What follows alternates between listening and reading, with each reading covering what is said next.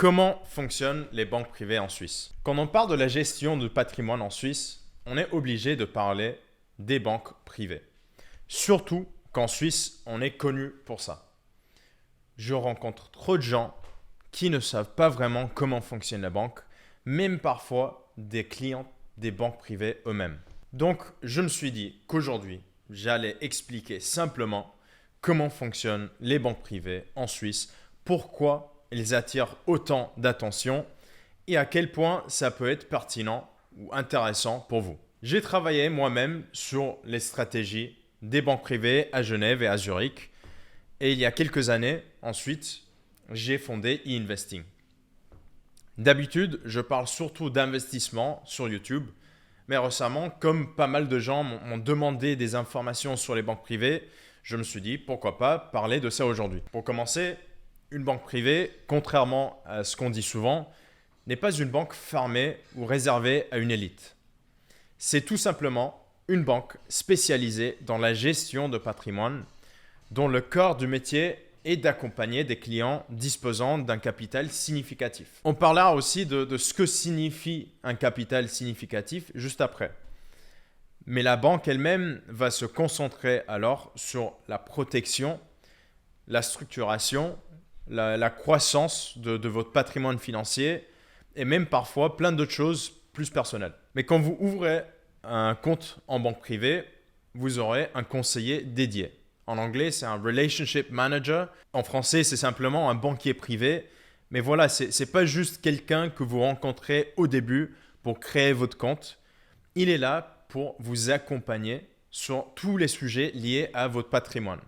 Donc, votre expérience et même votre réussite en banque privée va dépendre de votre relation avec votre conseiller.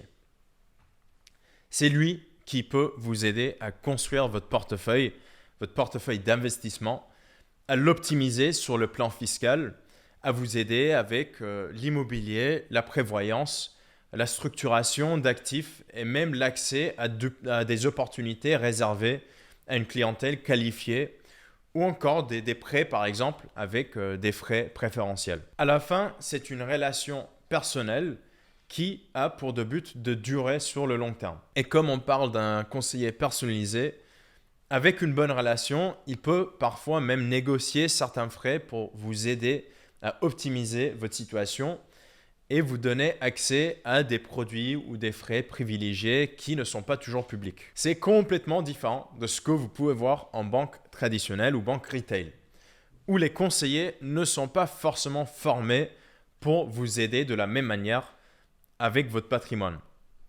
Les conseillers en banque traditionnelle sont plus formés pour gérer des problèmes administratifs ou de vous vendre des produits bancaires. L'accompagnement en banque privée est beaucoup plus stratégique. Les conseillers ont toute l'expertise et toutes les clés pour vous aider à doubler ou tripler votre argent. En banque traditionnelle, bien sûr, c'est pas pareil. Ça semble idéal, mais il faut considérer combien ça coûte. Donc, combien ça coûte et aussi c'est quoi le montant d'investissement pour avoir accès à tous ces services. Mais contrairement à ce que beaucoup de gens disent, ce n'est pas uniquement pour des multimillionnaires ou des milliardaires. Je vais vous montrer un tableau avec les différents seuils minimums pour créer des comptes dans différentes banques. Et là, les seuils minimums sont pour des actifs investissables ou des liquidités. Les liquidités que vous pouvez confier à la banque. Par exemple, si vous êtes déjà propriétaire de votre maison, on ne va pas inclure la valeur de votre maison dans le calcul, comme la maison ne sera pas gérée par la banque. Donc, c'est uniquement les liquidités ou les actifs liquides. Donc oui, généralement, les seuils sont autour de 500 000 francs, mais il y a aussi des banques avec des minimums plus élevés. À ma connaissance, je pense que les minimums les plus élevés que je connais, c'est Goldman Sachs et Citi, où c'est 10 millions de francs. En revanche, ça ne veut pas dire juste parce qu'ils ont les minimums les plus élevés qu'ils sont les meilleures banques privées. Ça ne marche pas comme ça.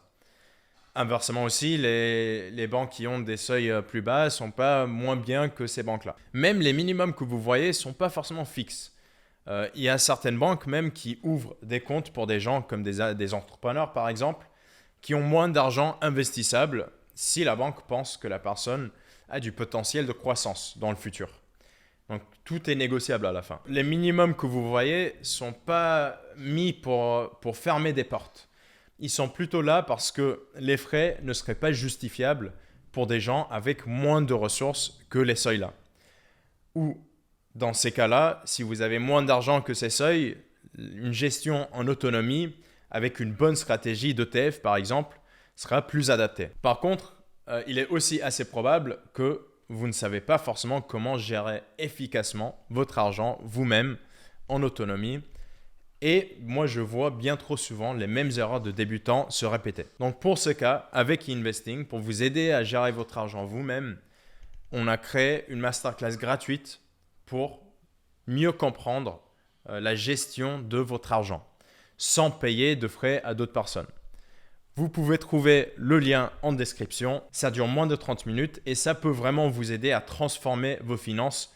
Donc prenez l'opportunité. C'est très facile. Aussi, maintenant, en termes de frais en banque privée, bien sûr, ça dépend de la banque et du conseiller. Mais généralement, une banque privée facture des frais de gestion annuels qui sont autour de 1% d'actifs par an, en plus des frais de transaction ou des produits supplémentaires. Ça peut sembler élevé, surtout si on considère que les frais peuvent facilement monter à plusieurs centaines de milliers de francs.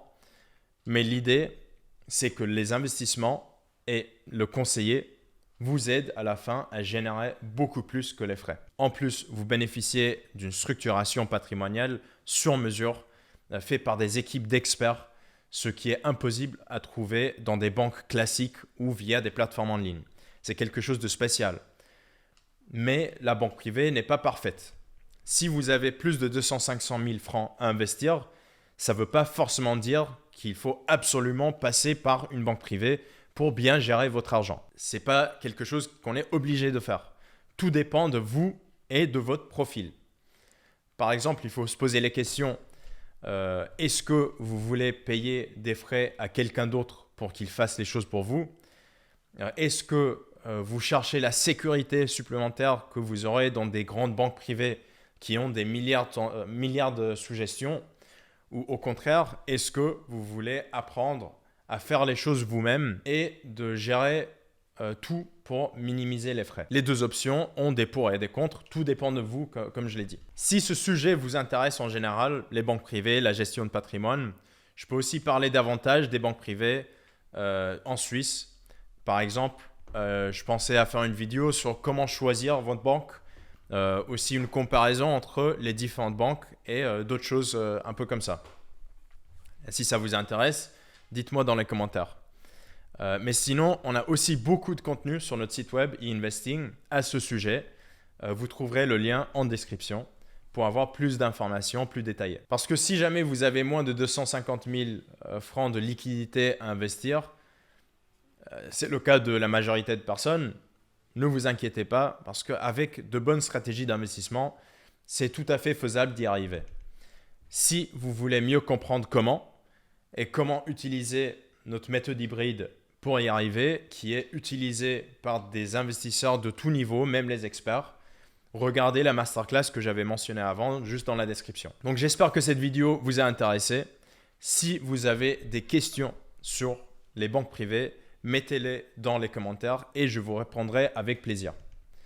Abonnez-vous pour continuer à apprendre à investir efficacement et comme d'habitude, à très bientôt pour une nouvelle vidéo financière.